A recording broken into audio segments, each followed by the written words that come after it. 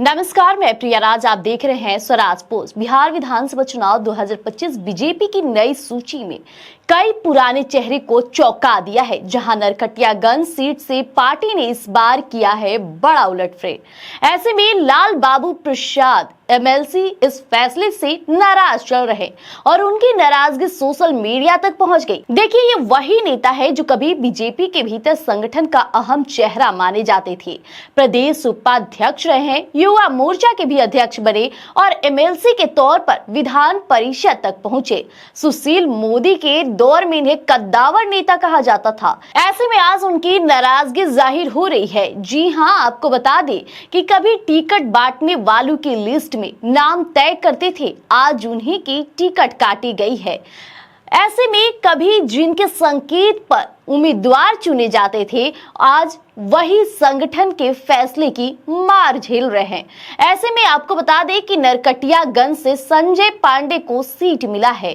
बदलते दौर की राजनीति का यही सच्चाई है, क्योंकि अब चेहरा नहीं समीकरण चल रहे हैं। बीजेपी इस बार एक ही बात आजमा रही थी कि अब जिसे भी वो चुनावी माहौल में उतारेंगे, या तो उनका समीकरण उनके धरातल पर मजबूत होगा। और ऐसे में देखा भी जा रहा है, सिर्फ लाल बाबू प्रसाद ही नहीं, ऐसे में तमाम चेहरे हैं जो बीजेपी के इस बार सीट फैसले से नाराज चल रहे हैं। एक तरफ देखा जा रहा है कि बीजेपी में जब से सीटों का खुलासा हुआ है, तब से राम सूरत राय के समर्थक भी कहीं ना कहीं नारे लगाते बीजेपी दफ्तर में नजर आ रहे हैं। ऐसे में सोशल मीडिया पर तमाम ऐसे प्रत्याशी हैं जो इस बार बिहार विधानसभा चुनाव में अपने कदम उतारने वाले थे और टिकट ना मिलने पर उनकी नाराजगी जमकर देखने को मिल रही है। इस चेहरे के बीच लाल बाबू प्रसाद भी एक अहम चेहरा रहे। आपको बता दें कि बिहार विधानसभा चुनाव इस बार का काफी दिलचस्प है।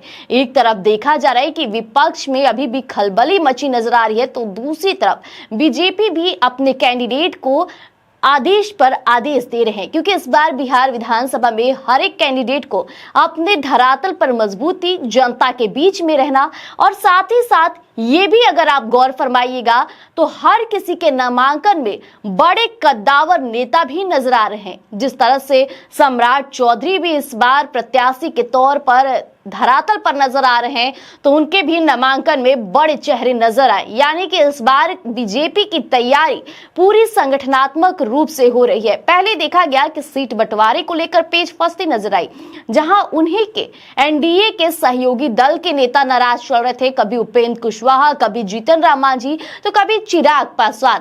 समन्वय वहां बना तो अब समन्वय फंसने लगा उम्मीदवारों ने। जी हां, जहां एक तरफ बीजेपी इस बार मजबूती से और परफॉर्मेंस बेस्ड कैंडिडेट को धरातल पर उतारी है, तो वहीं जो पुराने कैंडिडेट है जिनका भरोसा बीजेपी पे कायम था कि उन्हें ही टिकट मिलेगा, वैसे में उनका नाम हटने पर नाराजगी जमकर देखने को मिल रही है।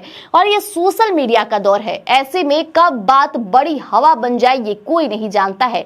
और यही कारण है कि लगातार सोशल मीडिया पर जिन कैंडिडेट को टिकट नहीं मिल रहा है, वो बीजेपी पर अपनी भड़ास निकाल रहे हैं। अब देखना होगा कि इसका असर कितना होता है। तब तक के लिए हमारे साथ बने रहिएगा स्वराज पोस्ट पर। धन्यवाद।